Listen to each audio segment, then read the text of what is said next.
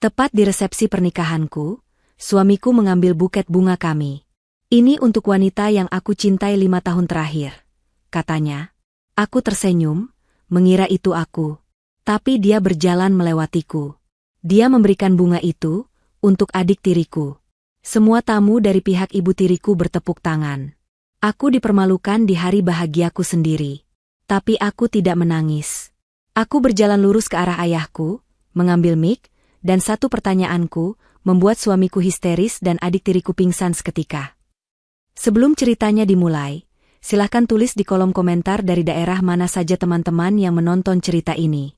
Jangan lupa like dan subscribe agar channel ini bisa semakin berkembang dan bisa mempersembahkan cerita yang lebih menarik lagi. Hari ini seharusnya menjadi hari paling sempurna dalam hidup Fania. Udara di dalam aula resepsi yang megah terasa sejuk, kontras dengan debaran hangat di dalam dadanya. Ia memandang pantulan dirinya sekilas di panel kaca besar dekat pintu masuk. Gaun pengantin berwarna putih gading membalut tubuhnya dengan sempurna, dan hijab satin yang serasi membingkai wajahnya, memberikan aura ketenangan yang ia harapkan bisa ia rasakan sepenuhnya. Di sampingnya, berdiri Fahmi, pria yang kini resmi menjadi suaminya. Fahmi tampak gagah dalam setelan jas yang serasi, senyumnya tak pernah lepas sejak pagi tadi. Fania membalas senyuman itu, berusaha menepis sisa-sisa kegelisahan yang entah kenapa hinggap di hatinya. Ia ingin percaya bahwa ini adalah awal dari kebahagiaan sejati. Ia pantas mendapatkannya. Prosesi akad nikah beberapa jam sebelumnya berjalan lancar, nyaris tanpa celah. Fania berjalan didampingi ayahnya, Pak Surya, satu-satunya orang tua kandung yang ia miliki. Ayahnya adalah sosok yang pendiam namun tatapannya selalu tajam. Saat menyerahkan tangan Fania kepada Fahmi, Pak Surya tidak banyak bicara. Ia hanya menatap Fahmi dengan pandangan yang sulit diartikan, sebelum akhirnya menepuk pundak Fania. Jadilah istri yang baik. Hanya itu pesannya, namun Fania tahu ada bobot besar di balik kalimat sederhana itu. Fahmi mengucapkan ijab kabul dengan satu tarikan napas, lantang dan mantap. Para saksi serentak berkata, sah, dan air mata kelegaan Fania menetes. Ia mencium tangan Fahmi, dan Fahmi mencium keningnya. Semua terasa begitu benar, begitu seharusnya. Namun, di sudut matanya, Fania bisa merasakan kehadiran ibu tirinya, Ibu Santi, dan adik tirinya, Rosa. Sejak ayahnya memutuskan menikah lagi 5 tahun lalu setelah ibu kandung Fania meninggal, rumah tidak pernah terasa sama. Ibu Santi adalah wanita yang pandai bicara dan sangat peduli pada citra sosial. Pernikahan Fania ini pun ia yang paling sibuk mengatur, memastikan kemewahannya terlihat oleh semua tamu undangan penting. Di sebelahnya, Rosa, putrinya, berdiri dengan gaun malam berwarna merah mawar yang Fania rasa terlalu mencolok untuk acara pernikahan. Rosa setahun lebih muda darinya, cantik, namun Fania selalu merasa ada sesuatu yang dingin dan penuh perhitungan di balik senyum manisnya. Fania mencoba mengabaikan mereka. Hari ini adalah harinya. Kebahagiaannya bersama Fahmi tidak boleh dirusak oleh perasaan tidak nyaman itu. Fahmi adalah pria yang ia kenal 2 tahun lalu. Ia datang sebagai manajer baru di salah satu anak perusahaan ayahnya. Fahmi tampak berbeda. Ia pekerja keras, sopan, dan yang terpenting, ia tampak tulus mencintai Fania apa adanya. Ia tidak pernah memandang Fania hanya sebagai putri pemilik perusahaan. Ia memuji pemikiran Fania, mendukung keputusannya untuk tetap aktif di kegiatan sosial, dan selalu mendengarkan keluh kesahnya tentang Ibu Santi dan Rosa. Mereka hanya belum mengenalimu seutuhnya. Sayang, ujar Fahmi suatu kali, menenangkan Fania. Nanti juga mereka akan luluh melihat ketulusanmu. Fania percaya pada kata-kata itu. Ia percaya Fahmi adalah pelindungnya. Kini, resepsi mewah itu sedang berlangsung. Ratusan tamu memenuhi ruangan. Dekorasi bunga impor memenuhi setiap sudut, aroma lili dan mawar berbaur dengan wangi parfum mahal para tamu. Musik instrumental yang lembut mengalun, menciptakan suasana elegan. Fania dan Fahmi duduk di pelaminan yang megah, laksana raja dan ratu semalam. Mereka tersenyum, menyalami tamu yang datang silih berganti memberikan selamat. Fania merasa sedikit lelah, tapi hatinya berbunga-bunga.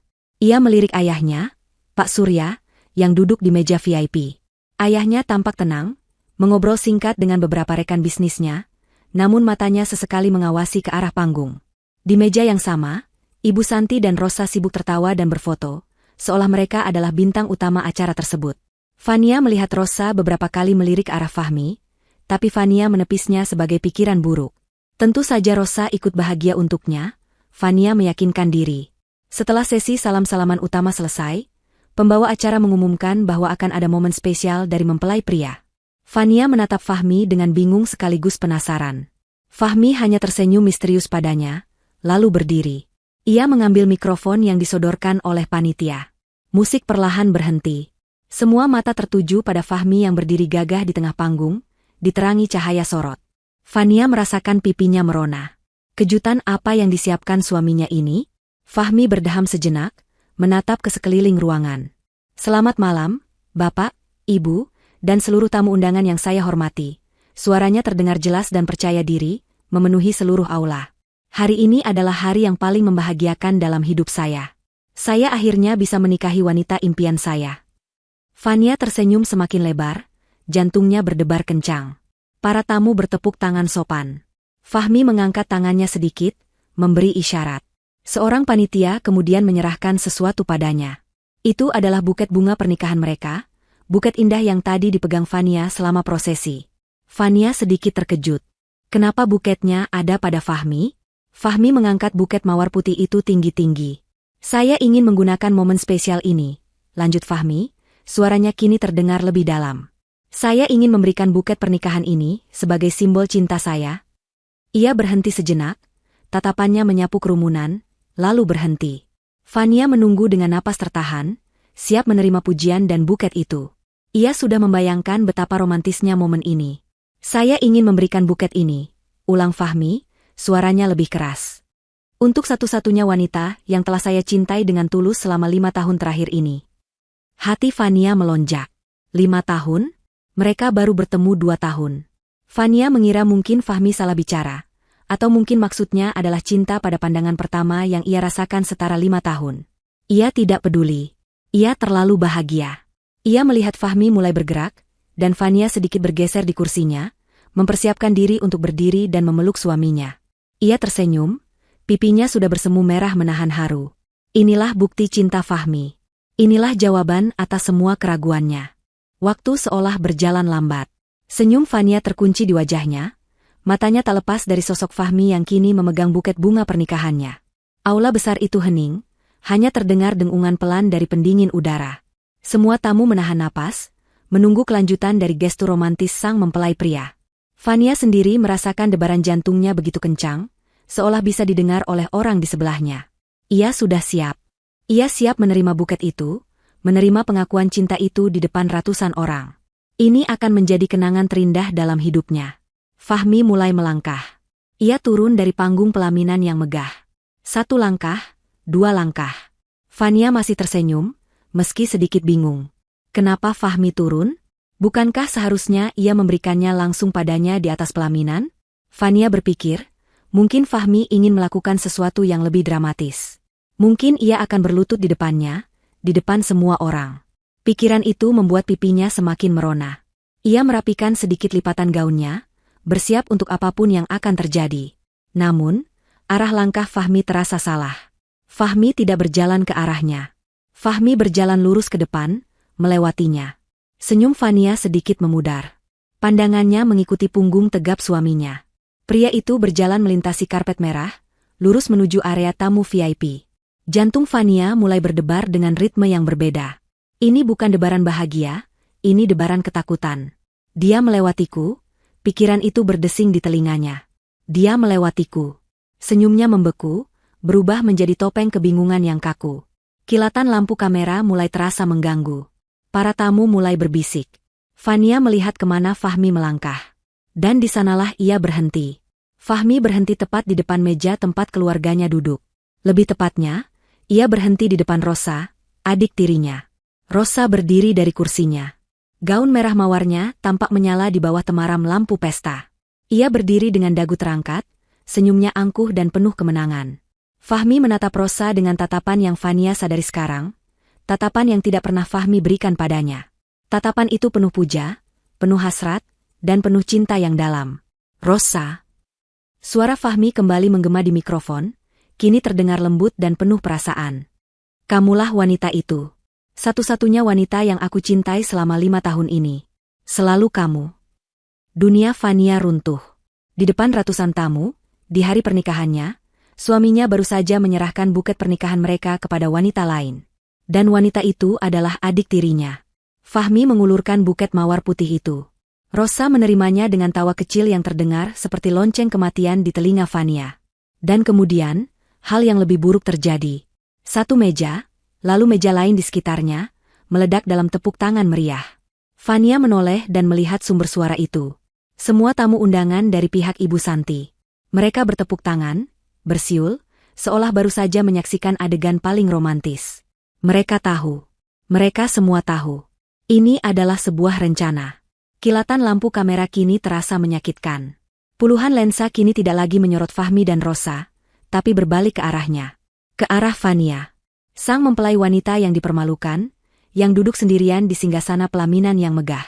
Ia bisa mendengar bisikan-bisikan yang semakin keras. Ya Tuhan, itu adik tirinya. Gila, ini drama apa? Kasihan sekali Fania. Aku tidak percaya ini. Wajah Fania pucat pasi. Napasnya tercekat di tenggorokan. Ia merasa telanjang. Gaun pengantin yang indah ini terasa seperti kostum badut. Hijabnya terasa panas. Ia ingin lari, ingin berteriak, ingin menghilang dari muka bumi. Ia melihat Fahmi dan Rosa berpelukan. Mereka berpelukan erat, di tengah aula, di bawah tatapan semua orang. Fahmi bahkan mencium pelipis Rosa. Ibu Santi, ibu tirinya, berdiri sambil bertepuk tangan paling keras. Wajahnya berseri-seri penuh kemenangan. Jadi ini rencana mereka. Ini semua adalah sandiwara. 2 tahun cintanya, perhatiannya, semua kepalsuan. Mereka hanya menginginkan sesuatu darinya.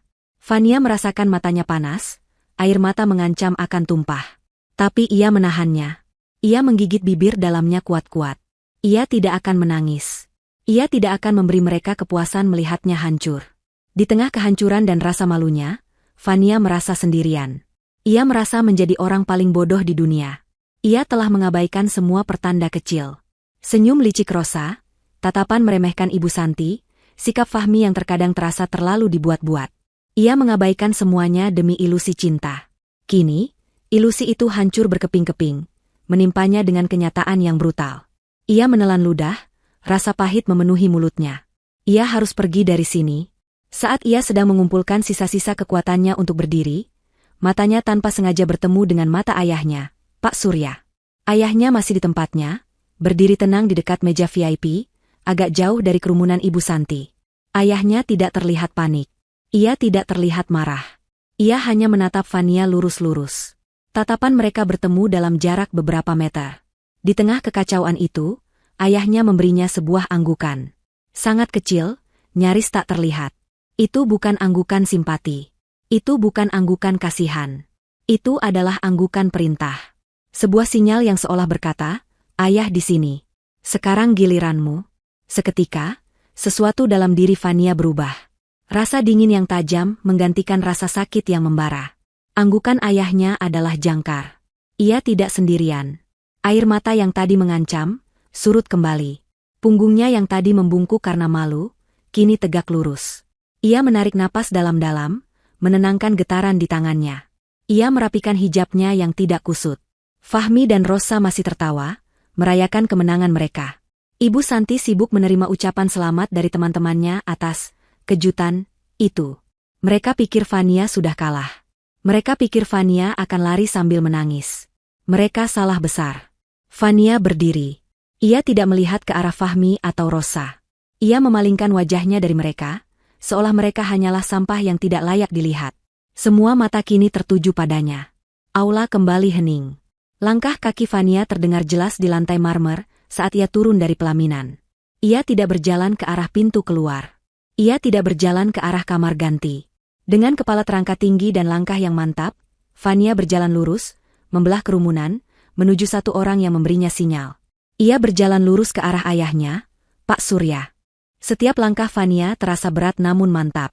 Karpet bludru merah yang terhampar di aula, seolah menjadi jalur pertarungannya. Suara bisik-bisik kini berubah menjadi dengungan rendah yang serempak. Ratusan pasang mata mengikutinya, ibarat penonton di sebuah arena gladiator. Kilatan lampu kamera tak henti-hentinya menyala, mengabadikan setiap ekspresi sang mempelai wanita yang baru saja dicampakkan. Dia mau kemana? Terdengar suara seorang tamu. Pasti mau menangis di pelukan ayahnya, sahut yang lain. Kasihan sekali, dia terlihat sangat tegar. Fania mendengar semuanya, namun tak satu pun dari komentar itu yang menembus perisai baja yang tiba-tiba tumbuh di sekeliling hatinya. Ia melihat Fahmi dan Rosa menoleh ke arahnya. Perayaan mereka terhenti sejenak. Rosa, yang sedang memamerkan buket bunga rampasannya kepada teman-temannya, kini menatap Fania dengan tatapan jengkel, seolah Fania baru saja menginterupsi momen kebahagiaannya. Fahmi, suaminya, menatapnya dengan ekspresi campuran antara bingung dan bersalah. Tidak, Fania meralatnya. Itu bukan rasa bersalah. Itu adalah rasa tidak sabar, seolah ia berharap Fania segera pergi dari panggung dan membiarkannya melanjutkan pestanya dengan Rosa. Ibu Santi juga memandangnya, senyum sinis tersungging di bibirnya. Mereka semua mengira ia akan lari. Mereka mengira ia akan mengamuk, memohon, atau menangis. Mereka pikir ia lemah. Fania akhirnya tiba di sisi ayahnya.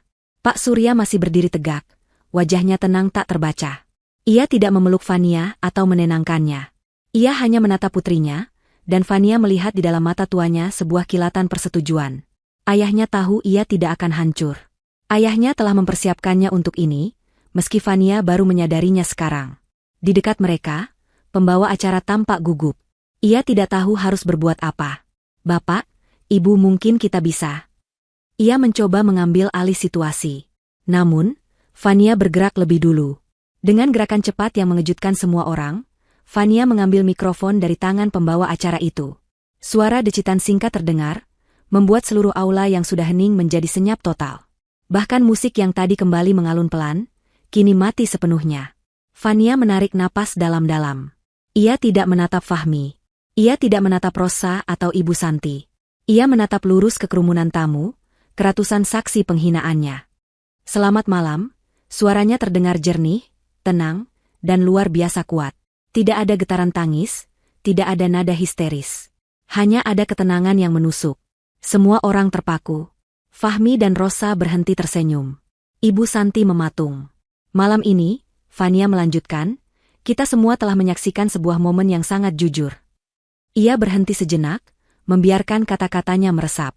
Suami saya, Fahmi, telah dengan gagah berani menunjukkan cintanya yang sejati di depan kita semua. Dia telah memberikan buket pernikahan kami kepada wanita yang ia cintai selama 5 tahun, yang kebetulan adalah adik tiri saya, Rosa. Fania mengucapkan fakta itu dengan nada datar, seolah sedang membacakan laporan cuaca. Beberapa tamu undangan dari pihak ayahnya mulai menatap Fahmi dengan pandangan jijik. Itu adalah haknya, Fania berkata lagi, dan saya menghargai kejujuran itu. Ia kini menolehkan kepalanya, menatap lurus ke arah Fahmi yang kini wajahnya mulai tegang. Sekarang, karena malam ini adalah malam kejujuran, saya juga punya hak. Saya punya hak untuk mendapatkan kejelasan atas satu hal. Satu hal yang sangat penting bagi masa depan saya, dan tampaknya juga sangat penting bagi keluarga baru saya ini. Fania melirik sinis ke arah Ibu Santi dan Rosa. Dan saya ingin kejelasan ini disaksikan oleh semua orang yang hadir di sini, yang juga menjadi saksi pernikahan saya. Fania kemudian memutar tubuhnya menghadap sang ayah. Ia menatap Pak Surya dengan penuh hormat. Ayah, suaranya kini sedikit lebih lembut, namun tetap menggema. Aku hanya ingin menanyakan satu hal di depan semua orang. Pak Surya mengangguk pelan, memberinya izin. Fania kembali menatap lurus ke depan, mikrofon ia pegang erat-erat. Ayah, tolong katakan dengan jujur. Ia menghela napas. Inilah saatnya. Siapa sebenarnya yang ayah tunjuk sebagai ahli waris utama, dari seluruh aset dan kepemilikan perusahaan Kencana Group? Pertanyaan itu melayang di udara seperti peluru. Suasana yang tadi hening kini terasa sesak. Ini adalah topik yang tabu dibicarakan di depan umum, apalagi di pesta pernikahan. Ini adalah inti masalahnya.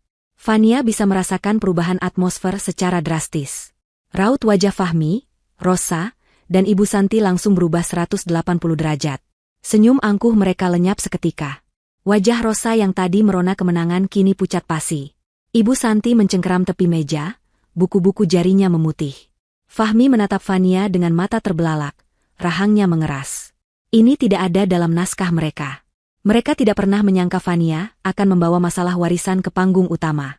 Mereka pikir Fania hanya akan menangisi cinta. Mereka salah. Fania tidak sedang memperebutkan cinta. Ia sedang memulai perang. Seluruh mata di ruangan itu kini beralih dari Fania ke Pak Surya. Mereka menunggu jawaban atas pertanyaan yang bernilai puluhan miliar itu. Pak Surya terdiam sejenak. Ia memandang berkeliling, dari satu wajah tegang ke wajah tegang lainnya. Ia menatap Ibu Santi yang gemetar menahan amarah, menatap Rosa yang tampak ketakutan, dan terakhir, ia menatap Fahmi. Tatapan Pak Surya pada menantu barunya itu begitu dingin, begitu tajam, seolah bisa menguliti pria itu hidup-hidup. Fahmi yang ditatap seperti itu menelan ludah, cengkeramannya di tangan Rosa semakin erat. Akhirnya, Pak Surya mengambil alih mikrofon dari tangan Fania. Putrinya telah melakukan tugasnya dengan sempurna, membuka panggung untuknya. Sebuah pertanyaan yang sangat bagus, putriku. Suara Pak Surya yang berat dan berwibawa langsung menguasai ruangan. Tidak ada keraguan dalam nada bicaranya. Dan kau berhak mendapatkan jawaban yang jujur, Fania. Begitu pula kalian semua. Pak Surya berdeham. Untuk menjawab pertanyaanmu, tentu saja, katanya dengan jelas, ahli waris utama dan satu-satunya dari seluruh kekayaan saya, seluruh saham saya di Kencana Group, adalah putri kandung saya satu-satunya, Fania. Begitu kalimat itu diucapkan, sebuah desahan kolektif terdengar di ruangan. Namun, reaksi yang paling menarik datang dari trio antagonis itu. Fahmi dan Rosa, untuk sepersekian detik, terlihat sangat lega. Mereka saling bertukar pandang sekilas. Senyum tipis yang sombong kembali terkembang di bibir Fahmi. Ibu Santi pun terlihat menghela napas. Ketegangannya sedikit mengendur. Bagi mereka, jawaban itu adalah konfirmasi kemenangan. Tidak masalah, begitu mungkin pikir mereka. Fania tetap ahli warisnya, dan Fahmi sudah sah menikahinya. Rencana tetap berjalan. Fania boleh saja marah, tapi harta itu tetap akan jatuh ke tangan mereka. Fahmi bahkan memandang Fania dengan sedikit rasa kasihan, seolah ingin berkata, lihat, bodoh. Kau tetap milikku, hartamu juga milikku, tapi hatiku milik Rosa. Fania melihat kelegaan itu. Ia melihat kesombongan yang kembali itu. Dan ia menunggu. Karena ia tahu ayahnya belum selesai. Anggukan ayahnya tadi bukan hanya sinyal untuk bertanya. Itu adalah sinyal dimulainya pertunjukan. Tapi, Pak Surya melanjutkan, suaranya menggelegar, memotong senyum prematur di wajah Fahmi. Kata itu menggantung di udara, berat dan penuh ancaman. Seketika, wajah Fahmi, Rosa, dan Ibu Santi kembali menegang. Kali ini, ketegangan itu 100 kali lipat lebih pekat. Selalu ada, tapi, bukan? Pak Surya tersenyum tipis, senyum yang tidak mencapai matanya. Saya adalah seorang pebisnis. Saya selalu melindungi aset saya.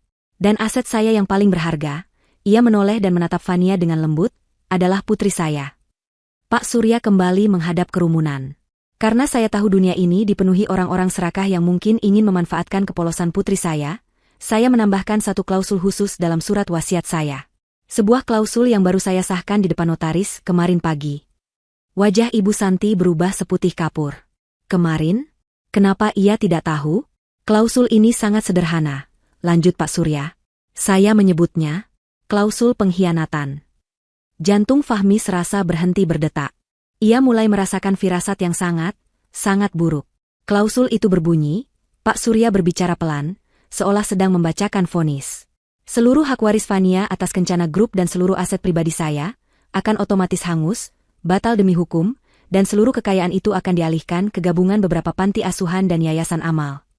Pak Surya berhenti, membiarkan kengerian itu merayap di benak para pendengarnya. Fahmi mulai berkeringat dingin. Rosa gemetar hebat. Apabila, lanjut Pak Surya, suaranya kini sedingin es. Apabila Fania, putri saya dikhianati, dilecehkan, atau dipermalukan secara sengaja dan di depan umum oleh suaminya, tepat di hari pernikahannya. Hening.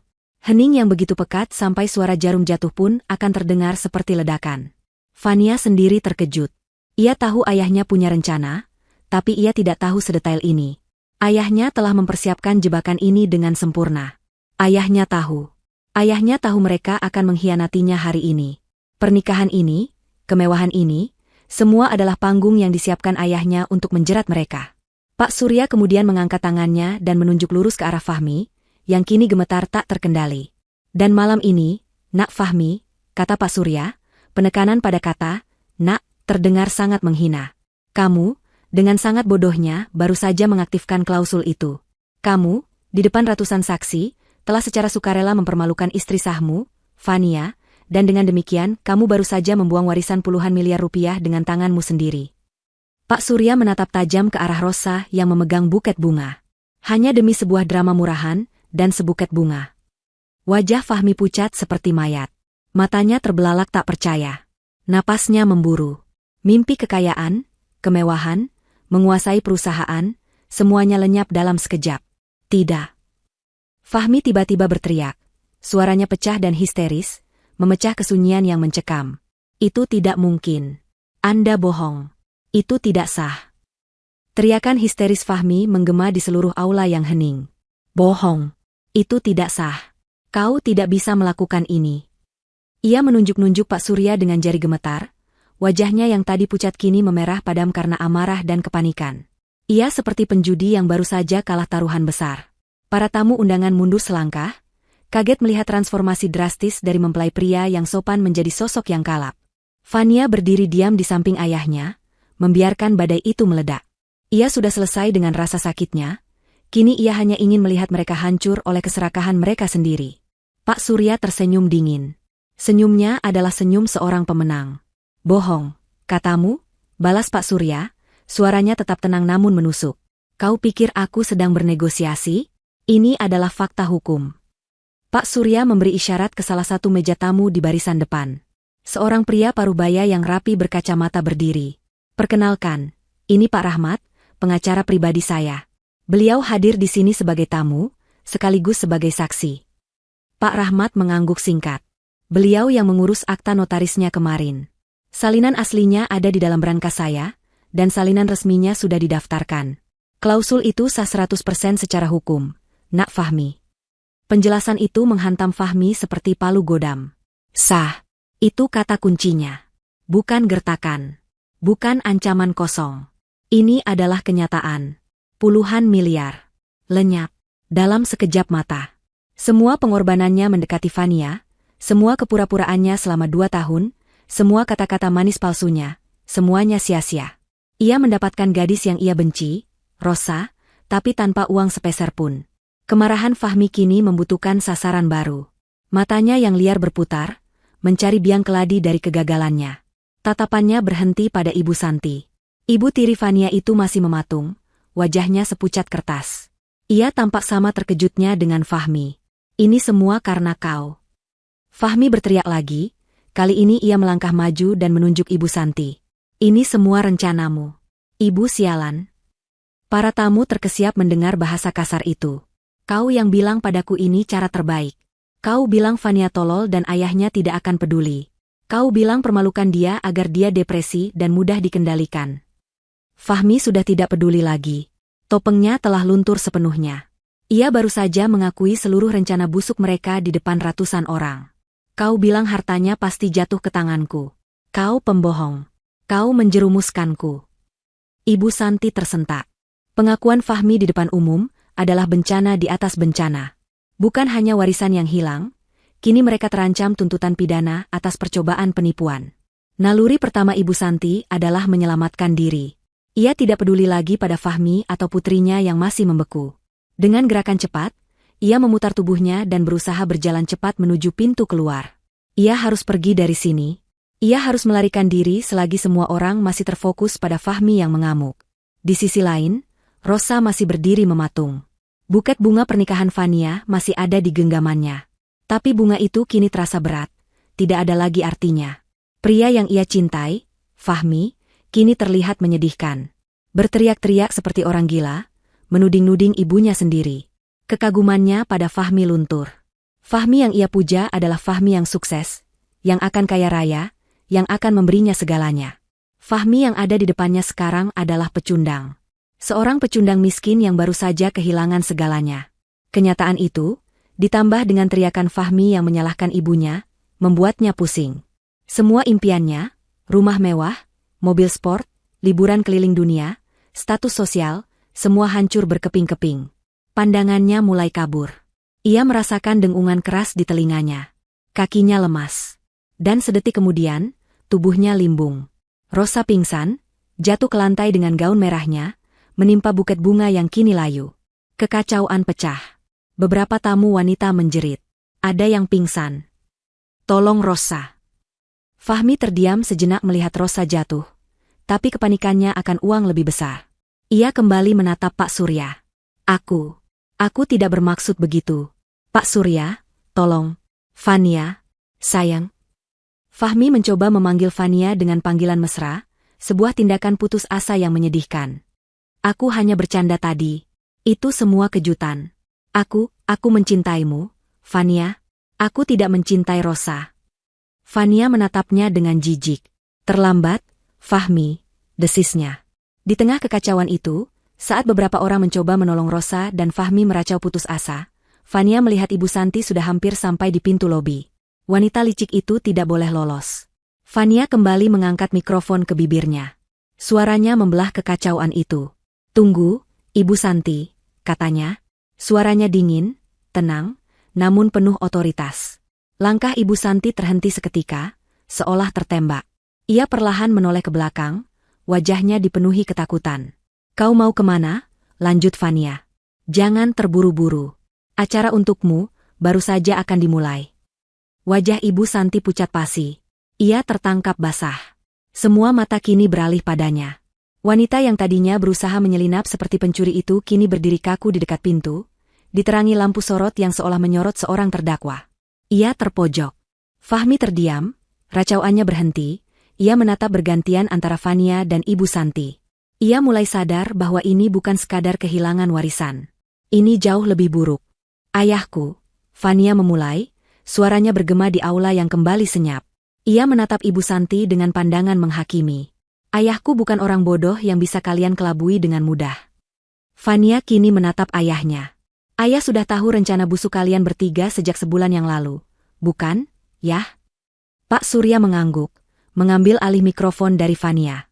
Ia kini berjalan pelan ke tengah panggung, menjadi pusat perhatian. Benar sekali, kata Pak Surya. Sebagai seorang pebisnis, saya terbiasa melihat pola. Dan pola yang saya lihat di rumah saya sendiri sangat mencurigakan. Ia mulai bercerita. Saya mulai curiga ketika ibu tirimu, Fania, ia menunjuk Ibu Santi, tiba-tiba mulai membelanjakan uang dalam jumlah besar untuk hal-hal yang tidak perlu.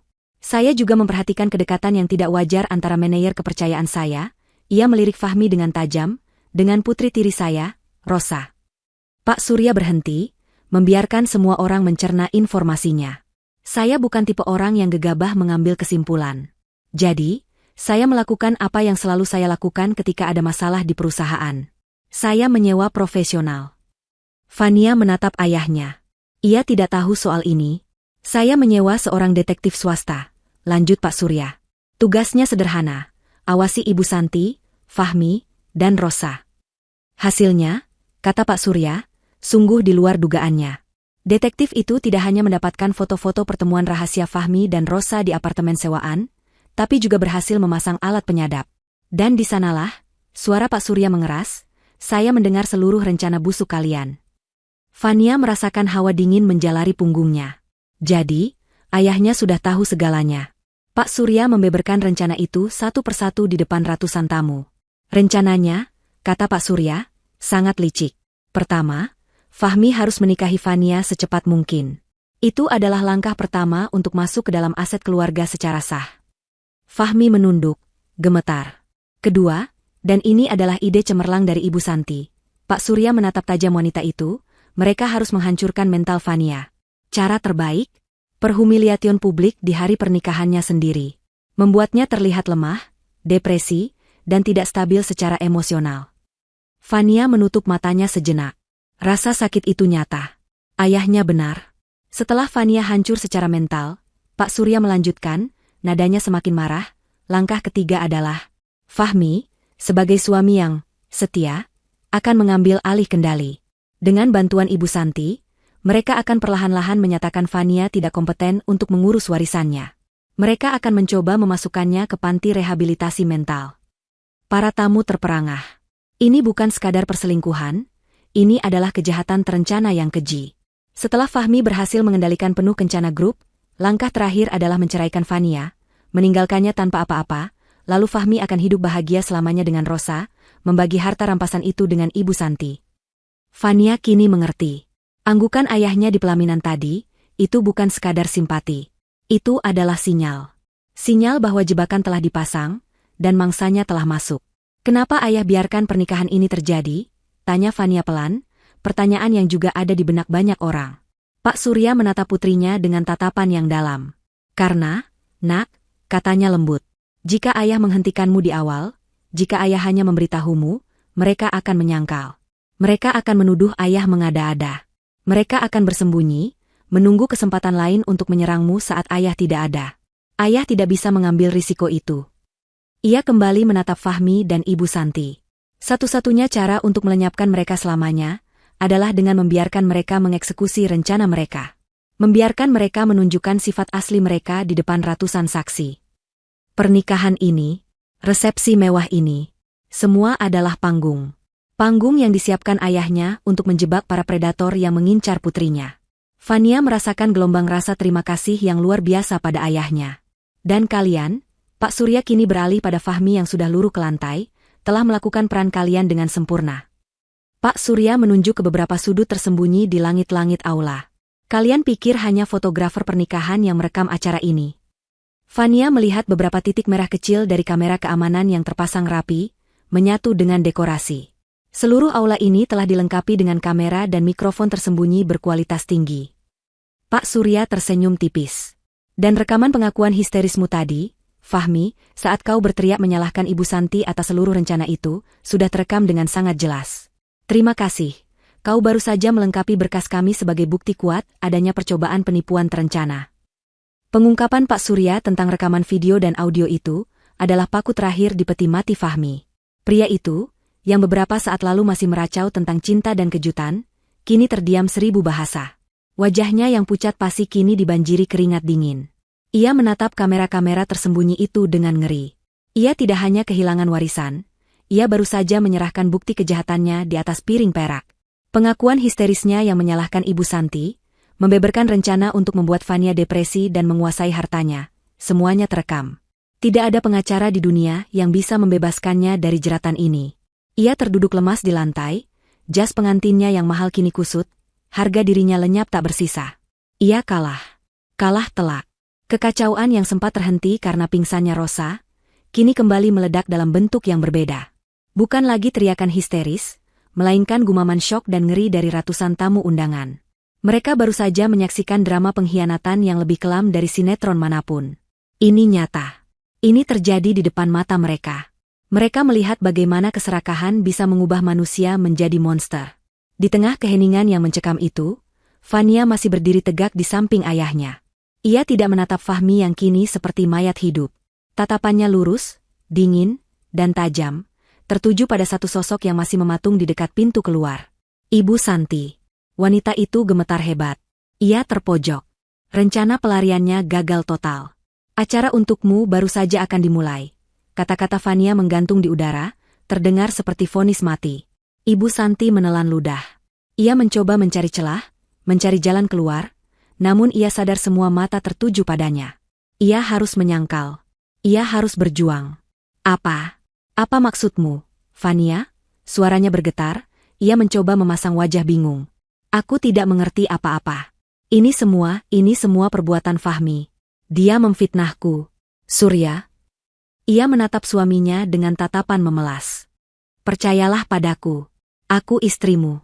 Aku tidak mungkin. Cukup, Santi. Suara Pak Surya memotong kalimatnya.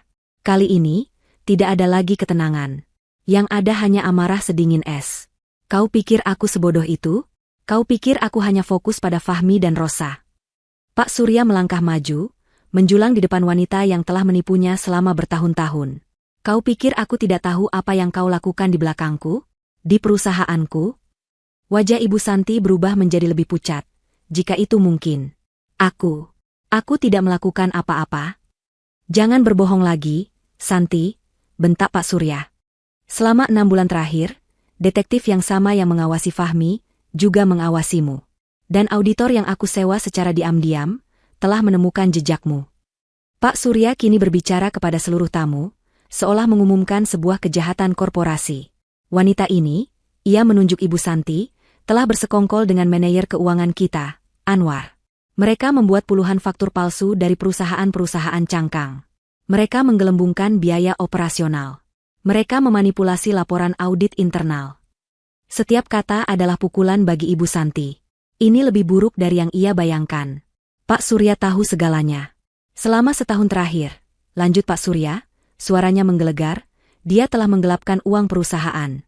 Sedikit demi sedikit, agar tidak kentara. Uang yang seharusnya untuk kesejahteraan karyawan, uang yang seharusnya untuk pengembangan bisnis. Uang itu ia gunakan untuk gaya hidup mewahnya, untuk membiayai apartemen rahasia Fahmi dan Rosa, dan untuk berjudi di pasar saham. Itu tidak benar. Buktikan, teriak Ibu Santi, suaranya melengking putus asa. Kau tidak punya bukti. Itu semua hanya tuduhan. Pak Surya tersenyum sinis. Kau mau bukti, Santi? Baiklah. Ia memberi isyarat lagi. Kali ini bukan ke arah pengacaranya, tapi ke arah pintu masuk utama. Pintu itu terbuka, dan dua orang pria berbadan tegap masuk. Mereka tidak mengenakan seragam polisi, tapi pakaian mereka rapi dan pembawaan mereka sangat resmi. Di antara mereka, berjalan seorang pria yang lebih kecil, wajahnya menunduk, tangannya tampak terikat. Ibu Santi menyipitkan matanya. Jantungnya serasa berhenti berdetak. Ia kenal pria itu. Anwar. Desisnya. Benar. Itu adalah Anwar, sang manajer keuangan, kaki tangannya. Pria itu tampak ketakutan. Pak Anwar di sini, kata Pak Surya, sudah ditangkap 1 jam yang lalu di rumahnya. Dan dia, tidak sepertimu, Santi, memutuskan untuk bekerja sama. Dia sudah menandatangani pengakuan penuh. Dia menceritakan semuanya. Bagaimana kau merayunya, bagaimana kau mengancamnya, dan bagaimana kalian membagi uang haram itu. Dia bahkan menyerahkan semua bukti transfer ke rekening rahasia atas namamu di luar negeri. Tubuh Ibu Santi lurus seketika. Habis sudah. Tidak ada jalan keluar. Tidak ada lagi penyangkalan. Ia menatap Pak Surya dengan kebencian yang murni. Kau menjebakku. Surya? Desisnya dari lantai. Tidak, Santi, balas Pak Surya. Aku hanya menyalakan lampu di ruangan yang gelap. Dan lihatlah, tikus-tikusnya keluar semua. Ia kemudian menoleh kedua pria tegap yang dari tadi berdiri tenang di dekat panggung. Mereka adalah tamu undangan. Fania mengenali mereka sebagai rekan bisnis ayahnya. Ternyata bukan. Mereka adalah petugas keamanan profesional yang disewa Pak Surya. Bawa mereka, perintah Pak Surya. Kedua pria itu bergerak cepat. Satu menuju Fahmi yang masih terduduk lemas, menariknya berdiri dengan kasar. Satu lagi berjalan ke arah Ibu Santi. Tidak, jangan sentuh aku. Ibu Santi menjerit, ia mencoba merangkak mundur. Lepaskan aku. Aku istri Pak Surya. Aku pemilik setengah dari semua ini. Kau bukan siapa-siapa, kata Pak Surya dingin. Seluruh asetmu akan dibekukan besok pagi untuk menutupi kerugian perusahaan. Kau akan keluar dari sini tanpa membawa apapun. Petugas keamanan itu mencengkeram lengan Ibu Santi dengan kuat. Wanita itu meronta-ronta, topeng anggunnya kini benar-benar hilang, tergantikan oleh wajah iblis yang penuh amarah. Fania, ini semua karenamu, anak sialan, ia menjerit ke arah Fania. Kau pikir kau menang? Kau hanya perawan tua menyedihkan yang tidak ada yang cintai. Fahmi benar, kau? Plak.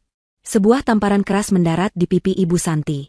Tapi itu bukan dari Fania, atau Pak Surya. Itu dari Fahmi. Pria itu, yang juga sedang dipegangi, berhasil melepaskan satu tangannya. Matanya merah menyala menatap Ibu Santi. Diam kau, wanita tua. Kau yang menghancurkanku. Kau bilang rencananya sempurna. Kau memanfaatkanku. Kau juga menipuku. Fahmi kini histeris lagi, tapi karena alasan yang berbeda. Ia sadar Ibu Santi tidak pernah berniat menjadikannya raja. Ia hanya pion kecil dalam permainan Ibu Santi yang jauh lebih besar. Jika rencana penguasaan warisan gagal, Ibu Santi masih punya uang hasil penggelapan. Sementara dia tidak punya apa-apa. Ibu Santi tertegun, memegangi pipinya yang perih. Pertarungan internal antara dua sekutu itu menjadi tontonan yang tragis sekaligus memuaskan bagi para tamu. Bawa mereka keluar. Sekarang, perintah Pak Surya, muak melihat pemandangan itu. Kedua petugas itu mulai menyeret Fahmi dan Ibu Santi keluar dari aula. Mereka meronta, berteriak, saling menyalahkan. Ini belum selesai, Surya, raung Ibu Santi. Fahmi, katakan pada mereka aku tidak terlibat. Teriak Fahmi putus asa. Tapi tidak ada yang mendengarkan. Mereka diseret melintasi karpet merah, melewati sisa-sia dekorasi pesta yang indah, menuju kenyataan pahit di luar sana. Saat mereka diseret melewatinya, Fania melangkah maju sedikit. Ia menatap kedua orang yang telah menghancurkan hari bahagianya itu. Fahmi menatapnya dengan pandangan penyesalan? Tidak. Itu ketakutan. Ibu Santi menatapnya dengan kebencian abadi. Fania menatap mereka berdua, bukan dengan air mata, bukan dengan kemarahan. Ia menatap mereka dengan tatapan dingin penuh kemenangan. Hijabnya masih terpasang rapi, gaunnya masih putih bersih. Ia adalah ratu di istananya. Kalian lupa satu hal. Suara Fania terdengar pelan, namun menusuk di tengah keributan itu. Fahmi dan Ibu Santi terdiam sejenak. Ini adalah pesta ayahku. Ini adalah rumah ayahku. Ini adalah perusahaan ayahku. Fania tersenyum tipis. Kalian pikir kalian bisa datang ke kandang singa dan menang? Kedua penjahat itu tidak bisa menjawab. Mereka hanya bisa menelan ludah sebelum akhirnya diseret paksa keluar dari pintu, menghilang dari pandangan. Aula kembali hening. Yang tersisa di lantai hanyalah Rosa yang masih pingsan, dan buket bunga pernikahan yang terinjak-injak. Keheningan yang menyelimuti aula setelah Fahmi dan Ibu Santi diseret keluar terasa berbeda. Bukan lagi keheningan yang tegang, melainkan keheningan yang canggung, seolah semua orang baru saja terbangun dari mimpi buruk yang panjang. Para tamu undangan saling berpandangan, tidak tahu harus berbuat apa atau berkata apa. Musik sudah lama mati. Para pramusaji berdiri kaku di sudut-sudut ruangan. Di lantai, di bekas tempat Fahmi dan Rosa berdansa merayakan kemenangan palsu mereka, Rosa masih terbaring pingsan, gaun merahnya kontras dengan karpet putih gading. Ia adalah sisa terakhir dari drama memalukan itu. Fania menarik napas dalam-dalam. Rasanya ia baru saja menahan napas selama 1 jam terakhir. Beban di dadanya terangkat. Udara terasa lebih ringan. Ia menoleh ke ayahnya. Pak Surya tampak lelah, namun sorot matanya tegas. Ia mengangguk pada Fania, seolah berkata, sudah berakhir. Pak Surya kemudian melangkah ke tengah panggung, kembali mengambil mikrofon. Wajahnya kini melembut, namun wibawanya tetap tak terbantahkan. Bapak dan Ibu sekalian, ia memulai, suaranya terdengar berat. Saya yakin malam ini bukanlah malam yang Anda harapkan saat menerima undangan kami. Saya, atas nama keluarga saya, meminta maaf atas pemandangan tidak menyenangkan yang baru saja Anda saksikan. Ia membungkukkan badannya sedikit, sebuah gestur permintaan maaf yang tulus dari seorang pria yang sangat dihormati. Para tamu bergumam pelan, tidak apa-apa, Pak Surya. Kami mengerti. Malam ini, lanjut Pak Surya, terjadi sebuah pembersihan. Pembersihan parasit yang sudah lama menggerogoti keluarga dan perusahaan saya. Ia berhenti sejenak, lalu menatap ke arah kerumunan tamu undangan yang tadinya bersorak untuk Rosa dan Fahmi. Itu adalah meja-meja yang diisi oleh teman-teman sosialita Ibu Santi, keluarga jauhnya, dan beberapa rekan bisnis yang ia bawa. Mereka kini duduk menunduk, malu, dan ketakutan. Saya tahu, kata Pak Surya, sebagian dari Anda diundang secara pribadi oleh Ibu Santi. Sebagian dari Anda mungkin bersimpati padanya, atau bahkan terlibat dalam rencananya. Kalimat itu membuat beberapa orang tersentak kaget. Wajah mereka semakin pucat. Untuk Anda semua, suara Pak Surya terdengar dingin, pesta telah berakhir. Saya persilakan Anda untuk menikmati hidangan penutup di luar gedung ini. Silakan, pintu keluar ada di sebelah sana. Jangan terburu-buru, katanya, sebuah ironi yang tajam. Itu adalah pengusiran paling elegan sekaligus paling brutal yang pernah disaksikan. Tidak ada yang berani membantah. Satu persatu, lalu berkelompok, para tamu undangan dari pihak Ibu Santi mulai berdiri. Mereka merapikan jas dan gaun mahal mereka, berusaha mempertahankan sisa-sisa harga diri mereka. Tanpa suara, mereka berjalan beriringan menuju pintu keluar. Itu adalah Walk of Shame yang panjang. Fania memperhatikan mereka pergi. Wajah-wajah yang tadi menatapnya dengan kasihan palsu, wajah-wajah yang bertepuk tangan saat ia dipermalukan, kini pergi dengan kepala tertunduk. Aula yang tadinya penuh sesak, kini mulai terasa lengang. Dalam 5 menit, sepertiga tamu telah hilang. Kini, yang tersisa hanyalah tamu-tamu yang sesungguhnya. Kolega bisnis sejati Pak Surya, sahabat-sahabat lama keluarga, dan teman-teman dekat Fania dari yayasan tempat ia aktif. Atmosfer ruangan langsung berubah. Udara yang tadi sesak kini terasa hangat. Seseorang dari meja kolega Pak Surya berdiri. Pak Surya, seru seorang pria tua. Anda tidak perlu meminta maaf. Anda baru saja memberi kami pelajaran berharga tentang integritas. Kami salut pada Anda. Tiba-tiba, pria itu mulai bertepuk tangan.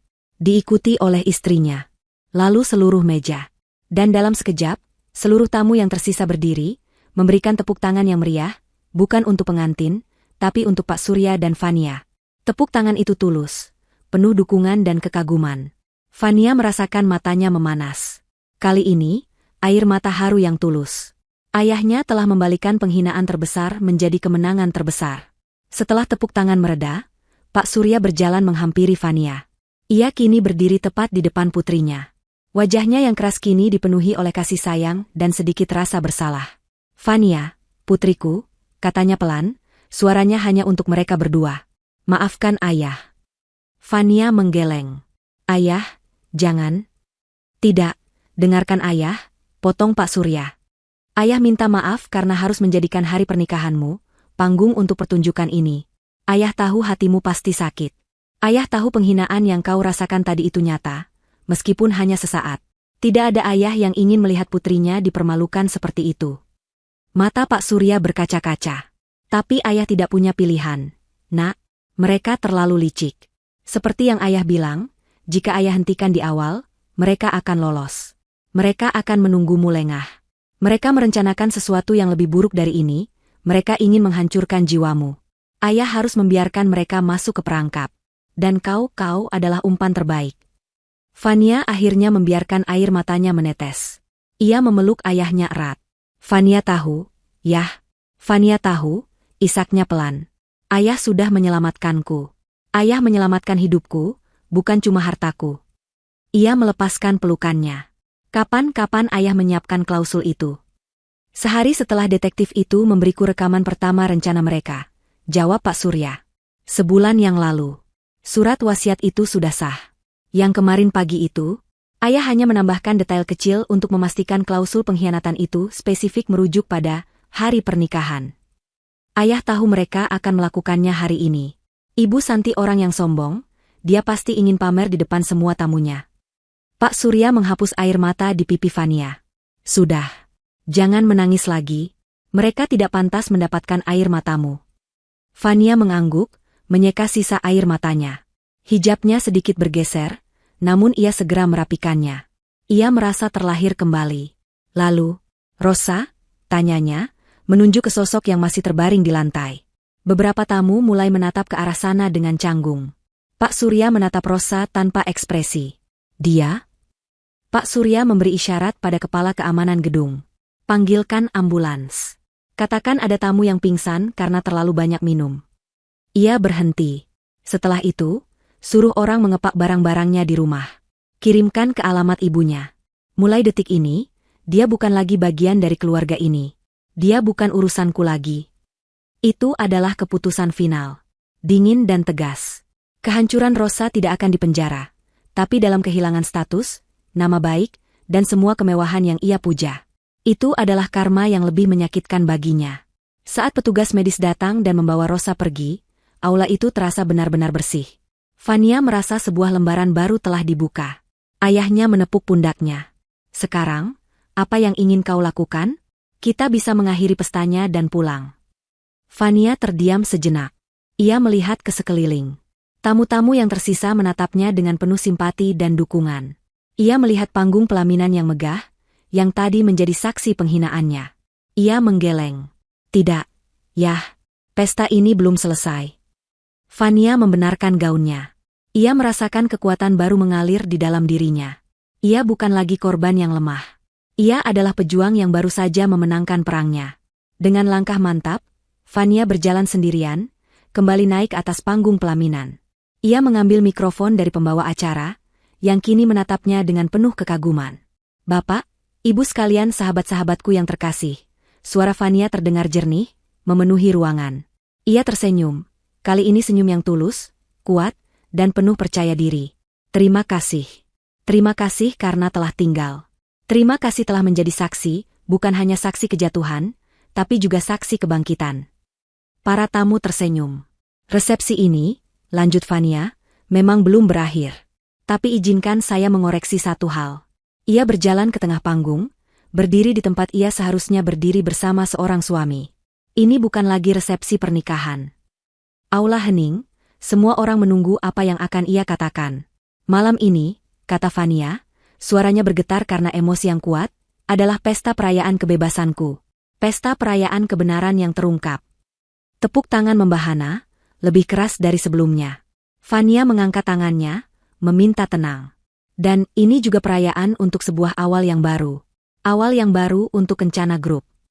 Ia menatap ayahnya, Pak Surya, yang tersenyum bangga, memberinya anggukan persetujuan. Atas restu ayah saya, Pak Surya, malam ini juga adalah perayaan, atas penunjukan CEO baru perusahaan Kencana. Berita tentang drama di resepsi pernikahan Kencana Group menyebar seperti api di musim kemarau. Keesokan paginya, semua portal berita daring, koran gosip, bahkan beberapa media bisnis, menjadikan peristiwa itu sebagai berita utama. Judul-judul bombastis bermunculan, pernikahan miliaran berakhir tragedi, suami pilih adik tiri di pelaminan, skandal Kencana Group, pengantin pria dan ibu tiri ditangkap atas penipuan, karma instan, klausul wasiat Uni gagalkan rencana busuk. Dalam semalam, Fania yang tadinya hanya dikenal sebagai putri Pak Surya yang pendiam, kini menjadi simbol wanita kuat yang diperbincangkan seantero negeri. Namun, Fania tidak peduli pada kebisingan itu. Ia dan ayahnya sedang sibuk membereskan puing-puing pengkhianatan itu secara hukum.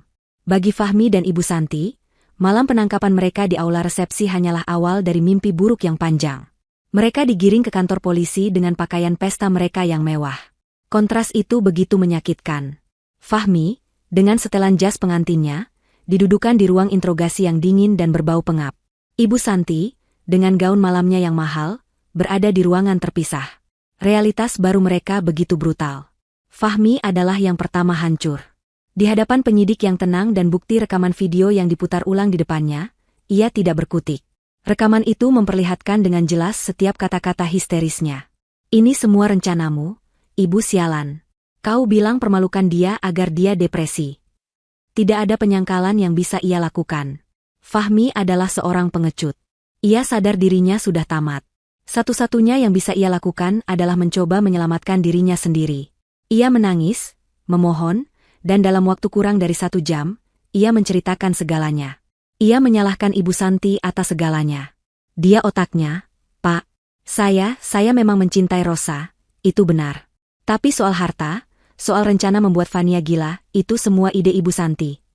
Ia menimpakan semua kesalahan pada wanita itu, berharap statusnya sebagai orang yang disuruh, bisa meringankan hukumannya. Ia menandatangani berita acara pemeriksaan, BAP, dengan tangan gemetar, mengkhianati Ibu Santi untuk kedua kalinya malam itu. Di ruang interogasi lain, Ibu Santi jauh lebih alot. Ia mencoba menggunakan status sosialnya. Kalian tidak tahu siapa saya? Saya istri Pak Surya. Ini semua salah paham. Ini masalah keluarga. Ia berteriak, mengancam akan menuntut balik para petugas. Namun, ketenangannya sirna ketika penyidik meletakkan setumpuk dokumen di depannya. Bukan rekaman dari pesta. Itu adalah bukti-bukti dari Pak Anwar, sang manajer keuangan. Salinan transfer bank rekening rahasianya, faktur-faktur palsu yang ia tanda tangani, dan surat pengakuan bertanda tangan Anwar. Ibu Santi terdiam. Ia tahu permainan soal penggelapan dana sudah berakhir. Lalu, penyidik memutar rekaman pengakuan Fahmi. Saat Ibu Santi mendengar Fahmi menyalahkannya atas segalanya, kebencian di matanya mengalahkan rasa takutnya.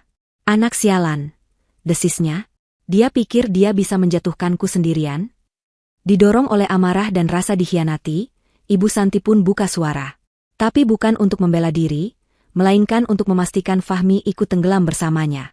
Ya, itu rencana saya, tapi dia yang serakah. Dia yang mau.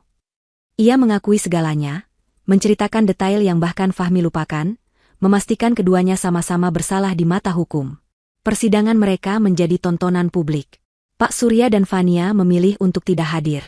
Mereka sudah menunjuk Pak Rahmat untuk mengurus segalanya. Mereka tidak perlu melihat wajah-wajah itu lagi. Ruang sidang penuh sesak oleh wartawan. Fahmi dan Ibu Santi, kini mengenakan seragam tahanan berwarna oranye, tampak kuyu dan jauh lebih tua.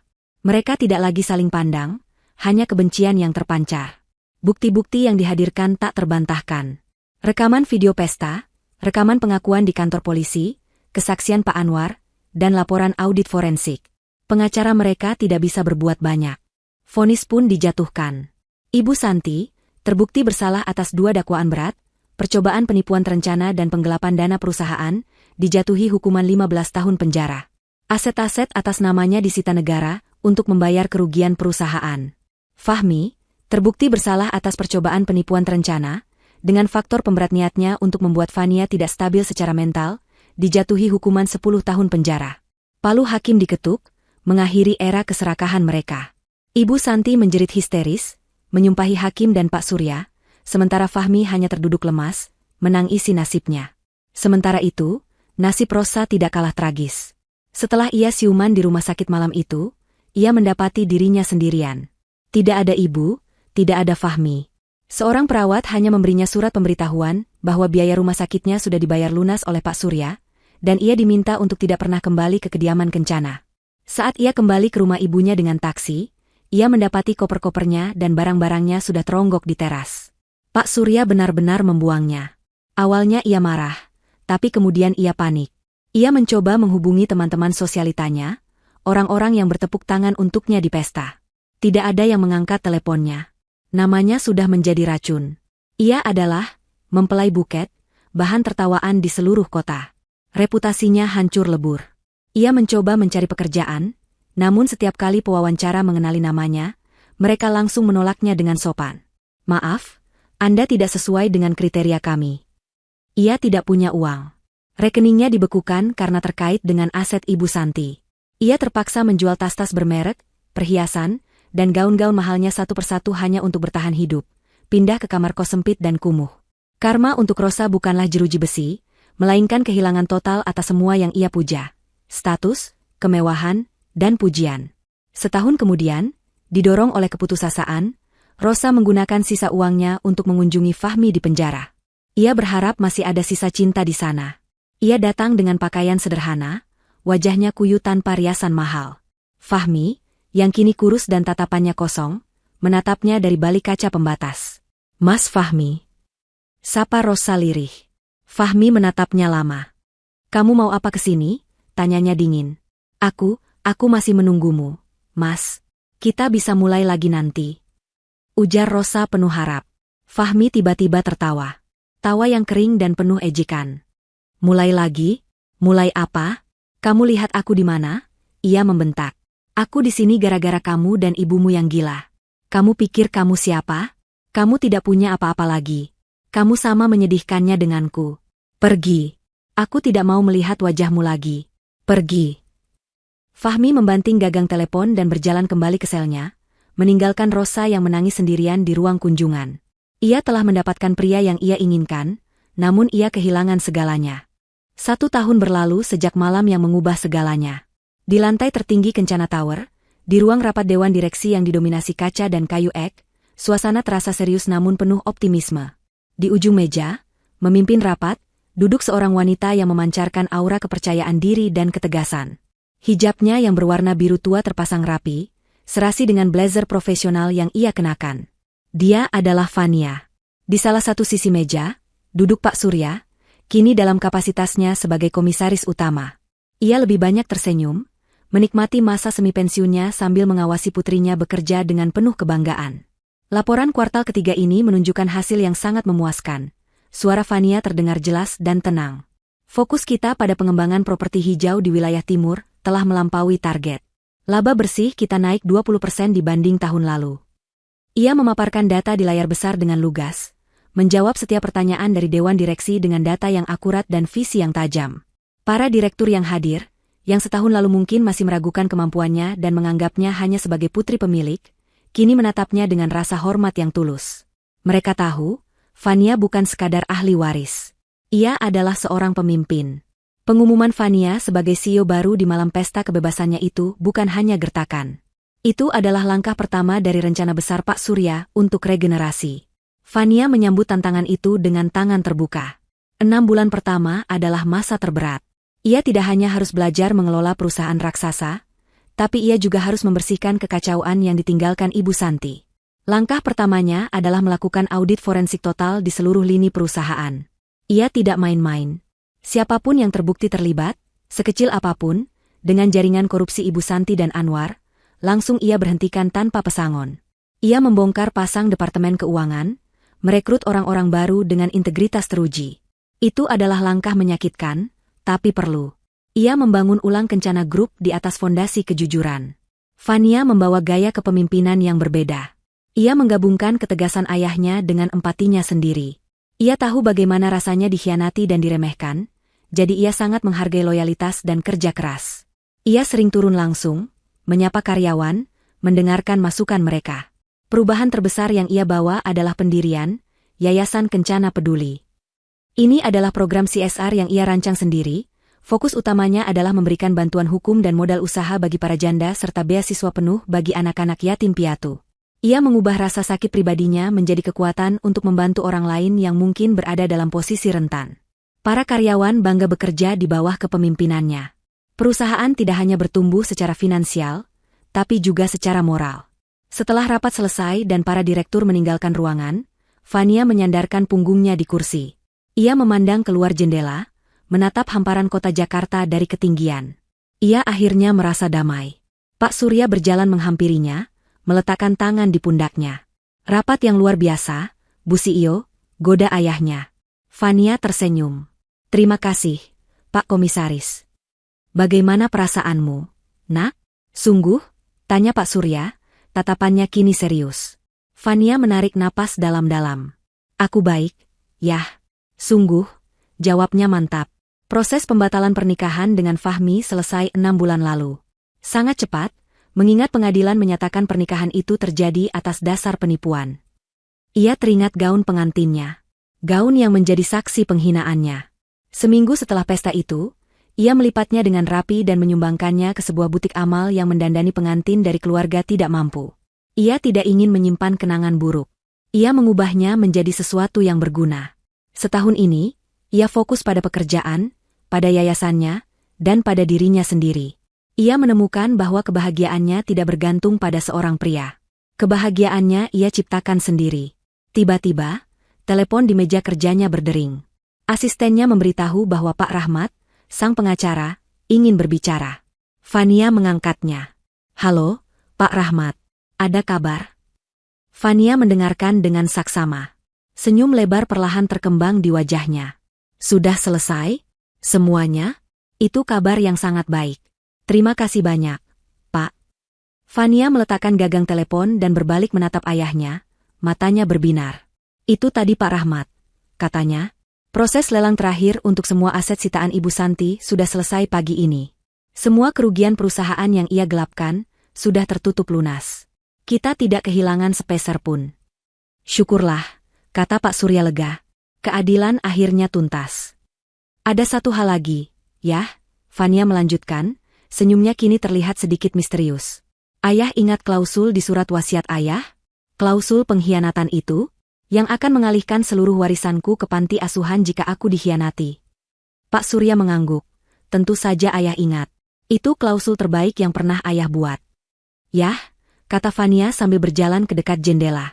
Aku memutuskan untuk tetap menjalankannya. Tapi secara sukarela. Pak Surya tampak bingung. Maksudmu? Fania tersenyum tulus. Pak Rahmat juga baru saja mengkonfirmasi. Sesuai instruksi permanen yang aku berikan sejak aku menjabat, 50% dari seluruh laba bersih pribadiku sebagai pemegang saham utama, mulai tahun ini dan seterusnya, akan secara otomatis disalurkan ke gabungan panti asuhan dan yayasan amal yang sama persis dengan yang tertulis di draft surat wasiat ayah. Pak Surya tertegun. Ia menatap putrinya dengan kekaguman yang luar biasa. Fania, Nak, kamu tidak perlu melakukan itu. Itu uangmu. Fania menggeleng pelan. Justru aku harus. Yah, mereka mencoba mengambil warisanku. Mereka pikir yang mereka incar adalah uang, perusahaan, dan kemewahan. Fania menatap ayahnya. Tapi mereka salah. Warisan sejati yang ayah berikan padaku bukanlah itu semua. Warisan sejati ayah adalah kekuatan, integritas, dan kesadaran bahwa nilai kita tidak ditentukan oleh apa yang kita miliki, tapi oleh apa yang kita beri.